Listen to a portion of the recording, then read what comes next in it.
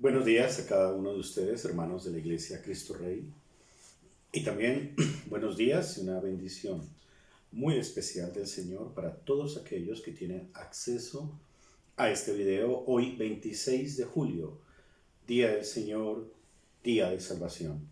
Que el Señor nos bendiga con su palabra, que el Señor nos siga fortaleciendo y también apoyando y sosteniendo en esta dura prueba que es universal, que no solamente nos ha tocado a nosotros, sino a la mayoría del mundo entero, y que pues estamos nosotros transmitiendo el mensaje no como es de costumbre en nuestras capillas o lugares de reunión, sino desde nuestros hogares, nuestra casa. Gracias al Señor por la tecnología para que el mensaje del reino de los cielos llegue a ustedes hoy mismo. Y lo mejor, pueden repetir los mensajes cuantas veces quieran, volverlos a ver, volver a repasar las lecciones del Señor, volver a recordar los principios del reino de los cielos que están en todas las escrituras, en la Biblia, pero sobre todo en el Evangelio. Vamos a abrir el Evangelio según San Lucas. Evangelio según San Lucas, capítulo 6, versículo 20.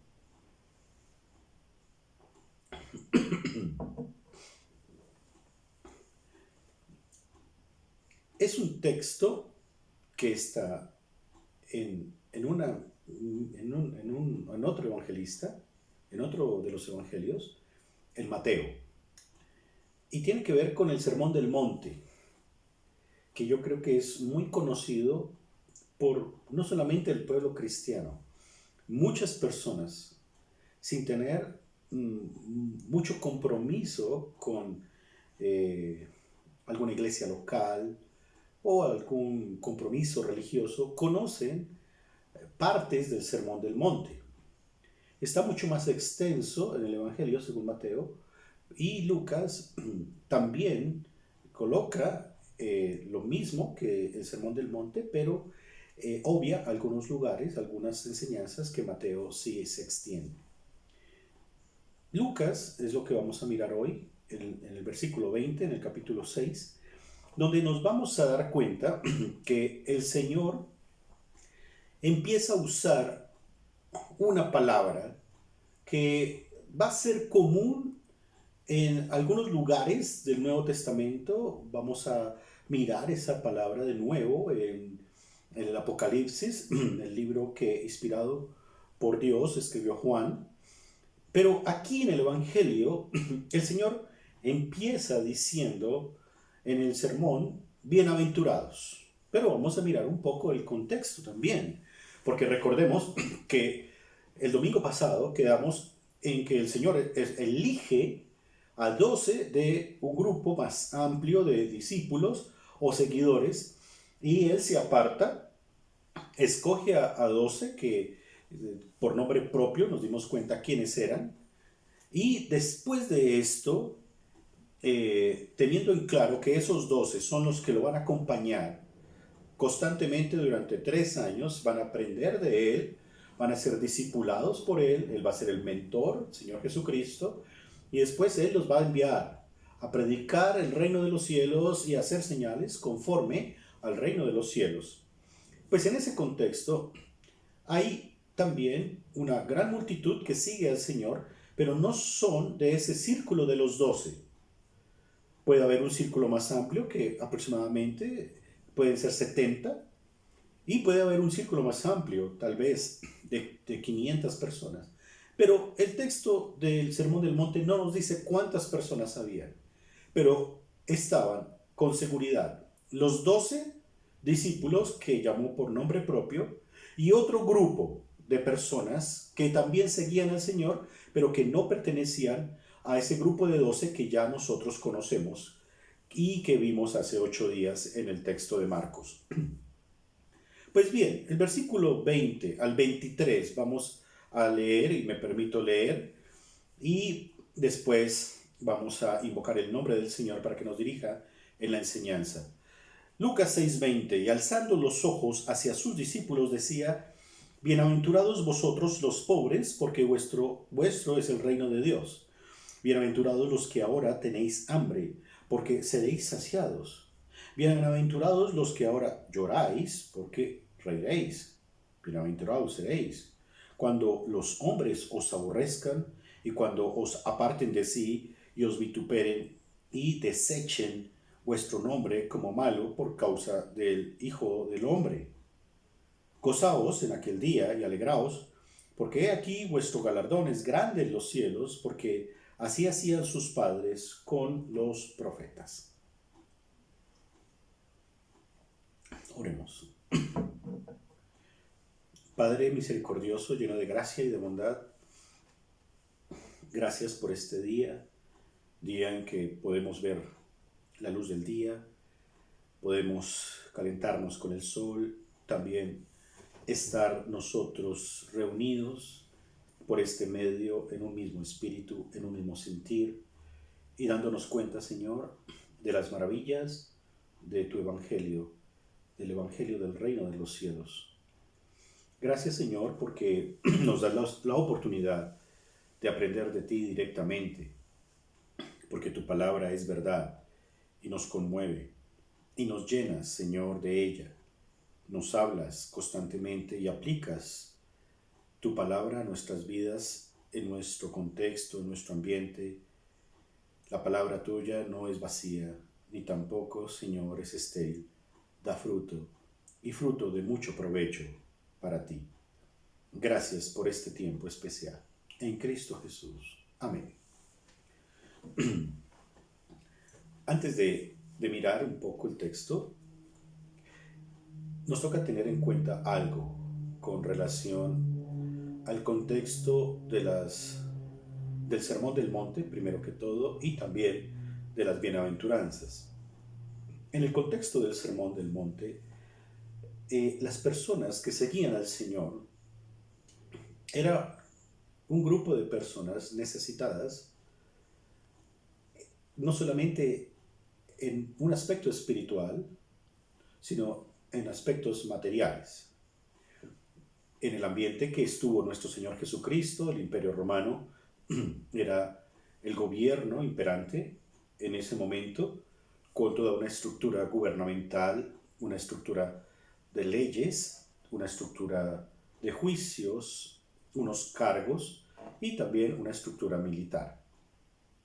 Es así como el pueblo de Israel, el pueblo judío, en tiempos del Señor, estaban sometidos al imperio, no solamente en la Palestina del Señor, en Siria, en otros lugares, Tiro, Sidón, en muchas partes del mundo conocido, por decirlo así. El Imperio Romano tenía el dominio del Mediterráneo, el dominio de Europa y digamos que su dominio iba hasta Oriente. Por eso estamos aquí viendo las cosas desde una perspectiva primero global y después una perspectiva muy particular. Porque, ¿qué sucede con los pueblos conquistados o subyugados, en este caso por el Imperio Romano? Pues tienen que pagar unos tributos, pagar unos impuestos, someterse a sus leyes.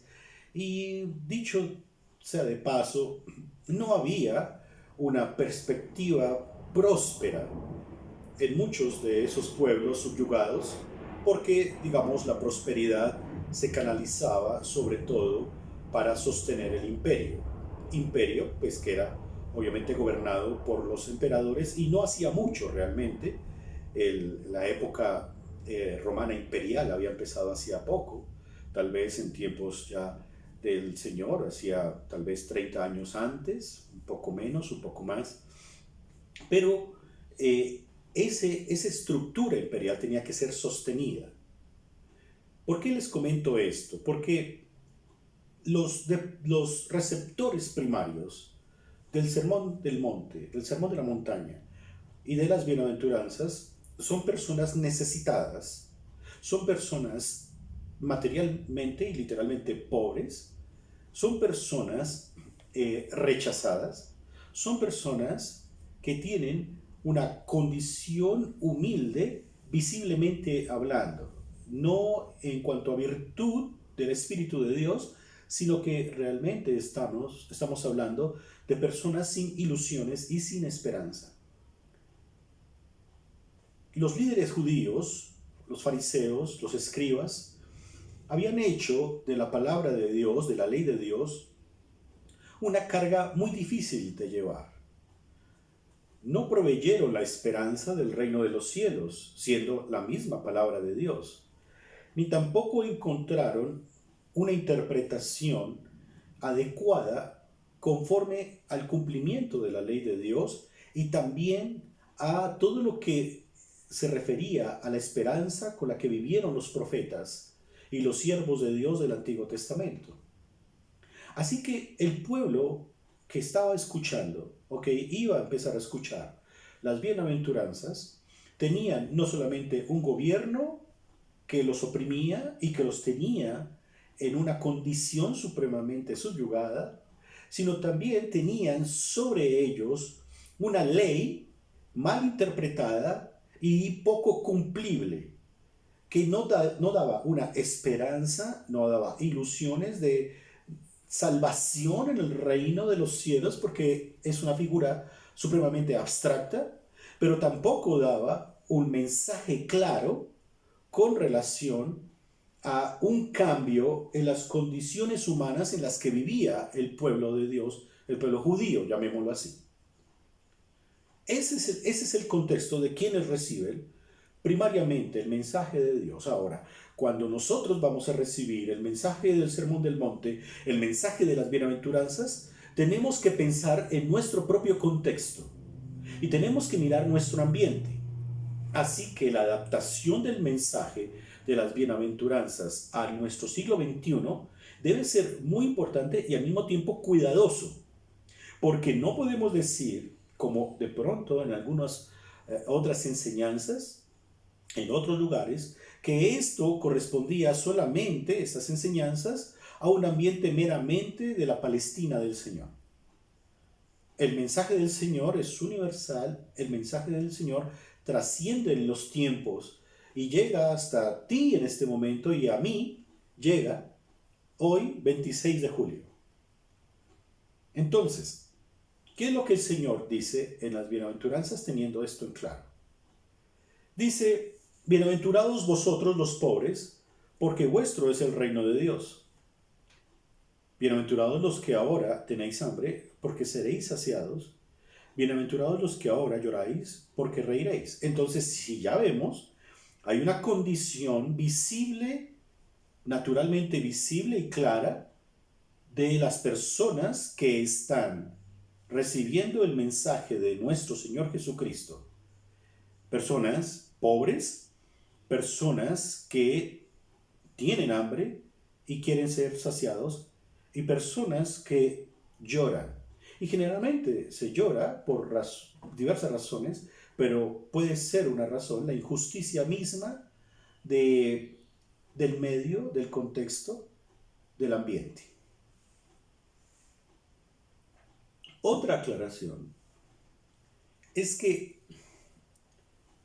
para ser seguidor de Cristo o discípulo de Cristo, el Señor no pide ser pobre o tener hambre ni llorar. A lo que me refiero es que está hablando a los discípulos, los 12 y otros, y en este momento a ti y a mí, de que somos bienaventurados, ya entro a explicar un poco la palabra, vosotros los pobres.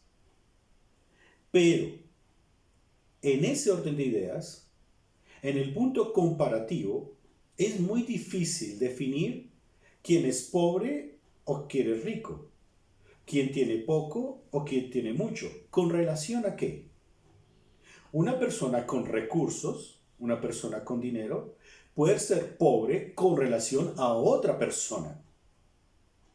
Y una persona sin recursos, tal vez una persona que está pasando necesidades físicas, puede ser rico conforme a otro que está de pronto en una condición de mendicidad.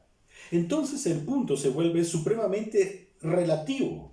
¿Qué es lo que el Señor está diciendo? Pero está diciendo algo conforme a un estilo de vida y conforme a unas condiciones específicas humanas.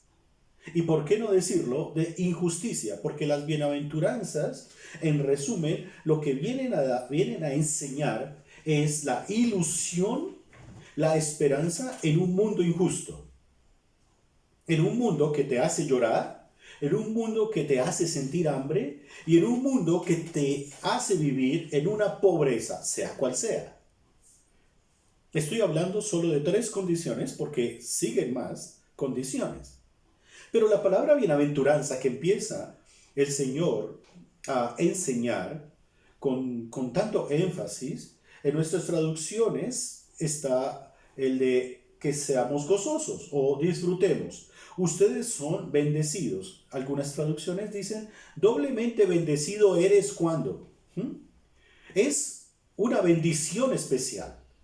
Cuando vemos el Sermón del Monte y lo dividimos, siempre decimos las bienaventuranzas como un título genérico para aprender de lo que el Señor nos está enseñando en unas bendiciones especiales. Entonces, cuando tú eres pobre, dice, tranquilo, eres bienaventurado porque vuestro es el reino de Dios. Pero ¿qué quiere decir eso? El reino de Dios es, primero que todo, heredable. El reino de Dios no es una cueva lejana, oculta, sino que el mismo Señor viene a presentarla y la presenta diciendo que el reino de los cielos he aquí, se ha acercado, y es precisamente lo mismo que dijo Juan el Bautista, lo dijo nuestro Señor Jesucristo, y los apóstoles lo dicen principiando el ministerio de la predicación. He aquí, el reino de los cielos se ha acercado. Pero en esa condición en la que tú estás, comparativamente hablando, si tú has llegado a ser fruto, o más bien producto de una injusticia social, económica, el Señor dice, eres bienaventurado porque el reino de los cielos es tuyo. La pregunta es, ¿cómo hiciste tú y yo para tener el reino de los cielos? ¿Cómo compraste tú el reino de los cielos? Es lo que quiero que pienses. El reino de los cielos no fue comprado por nosotros, ni con dinero, ni con obras, ningún mérito alguno, ni tampoco porque fueras pobre, ni porque dieras la mayor limosna, ofrenda o diezmo. El reino de los cielos lo compró Cristo para ti, porque tú eres pobre para comprar lo que prácticamente tenía un precio invaluable, que no se podía comprar con dinero, ni con oro, ni con ningún tipo de mineral precioso, sino con la sangre de nuestro Señor Jesucristo. En esa condición somos pobres y débiles. Y realmente el ser humano no se da cuenta de eso. Y lo que viene apuntando al Señor en cada punto son esas áreas que el mundo, a través de la historia y a través de las civilizaciones y en este punto moderno, ha llegado a idolatrar tanto. ¿Qué se idolatra hoy en día? ¿Cuál es el antónimo de la pobreza? La riqueza.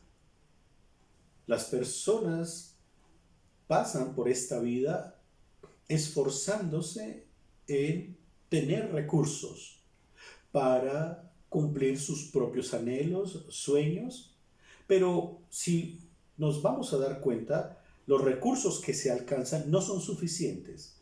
Se tiene que obtener más, se tiene que obtener más y se tiene que obtener más, tanto así que el mundo, por más que no lo queramos y por más que en ocasiones sea un tema vetado, se divide en unas naciones o pueblos supremamente prósperas y unas naciones o pueblos supremamente pobres. Y el pobre idolatra la condición del otro. Eso, digamos, es natural en esta vida. O nos tocó una vida así y nos tocó un mundo así. Pero el Señor está diciendo que está por encima de eso, por encima de esas riquezas temporales. Pero si alguien tiene conciencia de ser pobre, si alguien tiene conciencia de pasar hambre, y no solamente conciencia, sino que por la injusticia de este mundo, tiene hambre y llora, el Señor lo primero que dice es, el reino de los cielos ya fue comprado para ustedes. Pero en un contexto de discípulos de Cristo. Me explico. Si vamos a salir a la calle y vemos a una persona mendigando, no podemos decir, no, esa persona ya tiene el reino de los cielos porque tiene una condición de mendicidad. O esa persona que está pasando hambre, o la persona desplazada por causas innumerables, los desplazamientos, las migraciones de pueblos completos. Entonces esos pueblos, esas personas, esos grupos étnicos, entonces ya tienen el reino de Dios por sí mismos, por ser pobres, o por ser desplazados, o porque han llorado, o porque tienen hambre. No está diciendo eso el Señor. Porque el reino de los cielos no se alcanza por mérito. Y eso hay que quitárnoslo de la cabeza, si tenemos esa idea. Porque a veces, cuando hablamos de obras o méritos, estamos hablando también de sufrimiento. Y en muchas ocasiones, sobre todo cuando hay mucho dolor y mucha necesidad, las personas descansan sobre esa necesidad y sobre ese dolor pensando que eso es el escalón que les hace falta para entrar al reino de los cielos porque han sido sufrientes. Lo que hay que reconocer es que el Señor sí puso a los discípulos, sí nos puso a nosotros como iglesia, nos puso a nosotros como cristianos a detectar esas necesidades y responder en lo posible, en los recursos que nos ha dado el Señor, al sufrimiento. No podemos ser ajenos a la necesidad. No podemos nosotros decir, bueno, tienes hambre, 2 palmaditas en la espalda y voy a orar por ti cuando tengo una alacena llena. No tienes ropa, bueno, voy a orar por ti para que el Señor te dé otra muda cuando tienes innumerables pares de zapatos en tu closet o mucha ropa en tu ropero que no ni siquiera usas. Es el punto de la acumulación, algo muy juzgable en esta sociedad occidental. Pero sin entrar en ese tipo de debates, hay que dejar en claro que el reino de los cielos es heredable solo por los méritos de Cristo. Nuestro Señor Jesucristo acerca el reino de los cielos a la necesidad humana. Y cuando acerca el reino de los cielos a la necesidad humana, hay una necesidad profunda, no física. Hay algo más profundo que una necesidad física. Y eso más profundo es la necesidad de tener una esperanza venidera en el reino de los cielos. Muchos viven conforme a este mundo temporal y se esfuerzan por este mundo temporal. En sus trabajos, en sus estudios, en sus compromisos y obligaciones responden muy bien. Pero ¿cómo estamos respondiendo al reino de los cielos? Porque el Señor responde con su propio sacrificio, pero Él es claro en decir que en ese sacrificio es donde se canalizan todas nuestras necesidades y que el reino de los cielos precisamente lo compró el Señor para nosotros y nos dice, eres bienaventurado. En otras palabras, bienaventurado cuando tu condición es pobre porque ya el reino de los cielos es tuyo. Bienaventurado si has tenido hambre y tienes hambre, porque serás saciado. Hay ilusiones y hay esperanza. Bienaventurados los que ahora lloráis, porque reiréis. Es decir, es un cambio de condición y es una ilusión nueva. Ya no es esa carga dura de la ley o esa carga que tengo de gobierno, es una ilusión y una esperanza en el reino de los cielos de que las cosas van a ser diferentes. Pero por Cristo, por nuestro Señor Jesucristo, que las va a transformar. ¿Por qué lloramos? Lloramos, vuelvo y digo, por innumerables razones. Por la enfermedad, por el duelo, lloramos por la escasez, nos conmovemos con el dolor humano o lloramos por la injusticia. Pero el Señor dice, pero va a llegar el momento en que reiréis. Es decir, eso de que tienes que mostrar una imagen diferente en este mundo, de ser fuerte, de ser poderoso, de tener el control de todo, el Señor en las bienaventuranzas lo cambia y lo que te dice es, tú tienes que estar en este mundo dinámicamente trabajando para el reino de los cielos. Y como lo vas a estar haciendo, vas a llegar a tener de pronto pobreza, de pronto hambre, de pronto vas a llorar. Pero también dice, bienaventurados seréis cuando os aborrezcan y cuando os aparten de sí y os insulten, os vituperen y desechen vuestro nombre como malo. Pero aquí viene el punto, por causa del Hijo del Hombre, por causa de Jesús.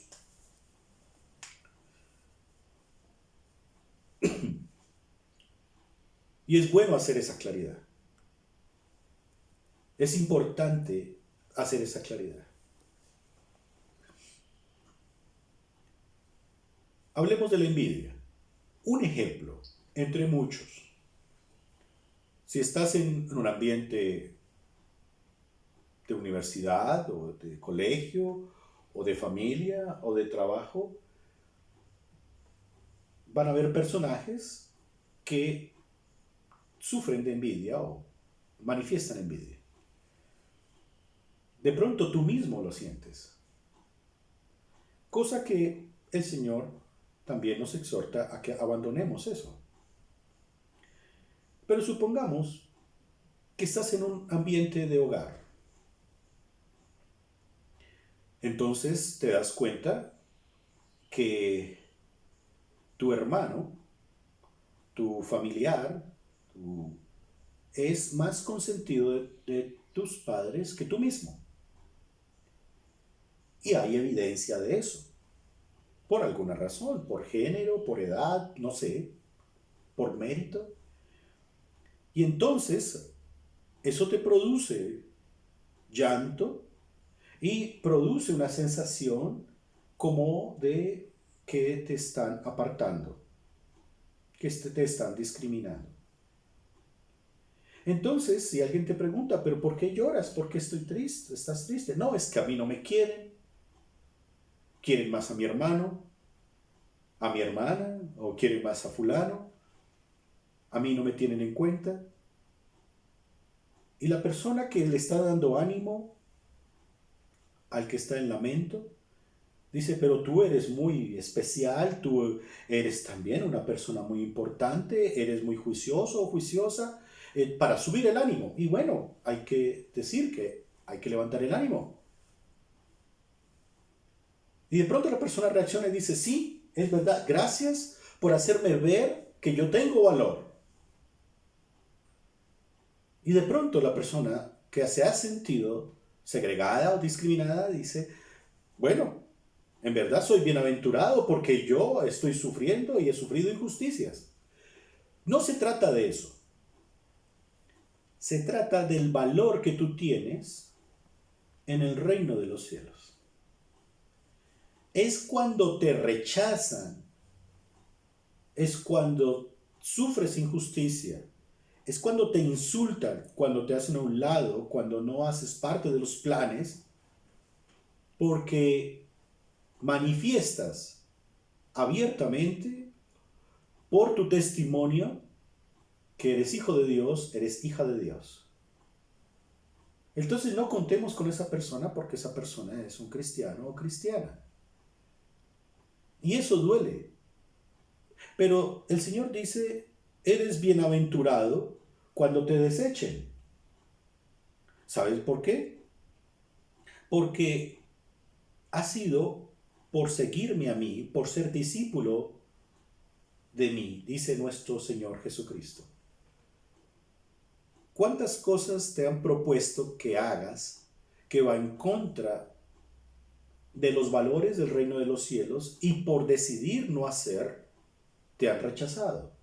En tu contexto familiar, en tu contexto laboral, en tu contexto académico, en el contexto que sea. ¿Cuántas propuestas te han hecho y van en contra de Dios? Entonces, ese rechazo produce una injusticia, la injusticia produce llanto, el llanto probablemente produce algún otro tipo de condición.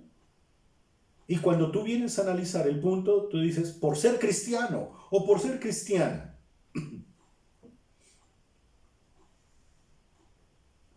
Pues el Señor te dice, bienaventurada y bienaventurado eres. Y tú puedes hasta discutir el punto, pero sigo en las mismas, sigo igual. Siguen haciendo injusticia conmigo, me siguen humillando.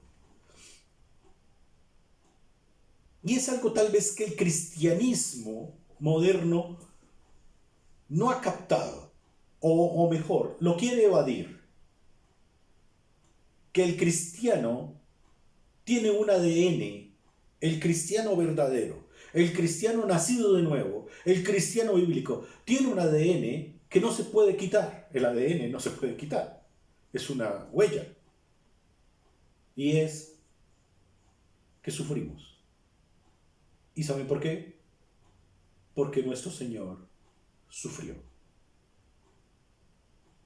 A mí me hicieron esto, dice el Señor, y se lo dice a los discípulos, a vosotros también os lo van a hacer. Pero dice, gozaos, alégrense, alégrense en aquel día cuando les hagan eso. En el día que la injusticia los haga llorar. En el día en que los humillen. En el día en que cometan un error con ustedes. Dice, gócense. Gócense en aquel día. Y alégrense. ¿Por qué? Porque el galardón es grande en los cielos. Porque así los padres, sus padres, es decir, aquellos del Antiguo Testamento, trataron injustamente a los profetas. Fue lo mismo. Todos los que tenemos puesta la esperanza en Cristo, tenemos una tensión. Ahí voy a decirlo de esta forma, es un estrés lícito, donde por un lado está nuestra alegría y gozo de estar en comunión con el Señor y de que nuestro galardón es grande en el cielo porque lo compró el Señor por nosotros y para nosotros con su propio sacrificio. Pero por otro lado está la realidad del mundo que nos afecta, nos chuza, nos pincha. El Señor nos dice, no le hagáis caso a eso. Eres bienaventurado. Gózate doblemente. Alégrate con una grande expresión de alegría. ¿Qué es lo que más te ha alegrado a ti en la vida? Piensa en eso. Algunas veces hago esas preguntas. Puede ser un logro, una meta alcanzada, puede ser un regalo del cielo también, ¿no? Un regalo de Dios, qué sé yo. Cuando tú la tengas clara ahí, piensa en este texto, en el día que te humillen, en el día que te hagan sentir una porquería, en el día que te hagan llorar, en el día que te rechacen injustamente, en el día que te señalen tu cristianismo y tu fe, gózate más que todo lo demás, porque eso confirma que tu galardón es grande en los cielos. Esa es la perspectiva de la bienaventuranza. Eso es. El Señor sufrió injustamente, fue juzgado injustamente, fue tratado injustamente, fue juzgado injustamente, y cuando muere, resucita al tercer día, triunfa sobre la muerte, estuvo unos días entre sus discípulos, pero cuando asciende, el Padre Celestial que le dice al Hijo, Hijo mío, ven, siéntate a mi diestra, hasta que ponga a tus enemigos por escalones en tus pies, por estrado en tus pies. ¿Qué dice el Señor de nosotros cuando nos llame a su presencia? Buen siervo fiel, en lo poco fuiste fiel, en lo mucho te pondré. Entra en el gozo de tu Señor, de tu Salvador. Es un mundo cristiano con esperanza allá, pero también con las herramientas para vivir acá. Porque terminando esta enseñanza, les voy a decir algo. El Señor es nuestro justiciero y el Señor es nuestro defensor. Y no solamente nos consuela, no, Él no está en la expectativa lejos diciendo, pobrecito, aguanta un poco más, sí, tú puedes, aguanta, sí, como, no sé, como en un estadio y Él está en la tribuna diciendo, como te entrené, sí, como te entrené, sigue compitiendo, te caíste, te fracturaste, no puedes con una sola pierna, bueno, con las manos, puedes, pero tú vas a llegar a la meta. No, esa no es la imagen. Porque muchas veces pensamos que el Señor es solamente como un espectador que en algún momento nos entrenó y que, bueno, ahora sí, a funcionar. No. Si ustedes recuerdan la enseñanza del domingo pasado, el Señor llama a sus discípulos con un propósito: estar con Él y enviarlos. Pero hay algo muy importante, tal vez se me pasó en ese momento, pero aquí debo aclararlo. Nunca el Señor dejó de estar con sus 12, ni con su iglesia a través de los siglos, ni con la iglesia actual, ni contigo ni conmigo. El Señor está contigo siempre y no te abandona. Y Él es testigo de todo lo que pasa en este mundo, no de una forma global solamente, sino de una forma particular. Él sabe lo que te hace sufrir. Él sabe y conoce perfectamente, mejor que tú y yo, nuestro propio corazón y nuestra propia vida. Él sabe hasta dónde es el fondo de nuestra prueba. Y Él sabe cuándo levantarnos y hacer de nosotros que los demás vean una honra por lo que creemos y no solamente un rechazo o un vituperio por nuestra fe. Nuestra fe es tan valiosa que el mundo y el enemigo quieren desacreditarla. Pero va a llegar el momento, de pronto estaremos o no estaremos presentes aquí, en este mundo, pero llegará el momento en que el Señor hará de tu nombre y mi nombre algo trascendente en nuestro propio contexto, en nuestra propia vida. No por nosotros, sino por el pacto que Él hizo con nosotros a través de Cristo, nuestro Redentor, y precisamente todo lo que hemos hecho en esta vida para la gloria de Dios será trascendente. Él no deja caer tu nombre ni mi nombre en el piso para humillación. Siempre tendrá un recuerdo, siempre tendrá una memoria, siempre tendrá un mérito en Cristo Jesús. Que el Señor los bendiga, hermanos. Gracias.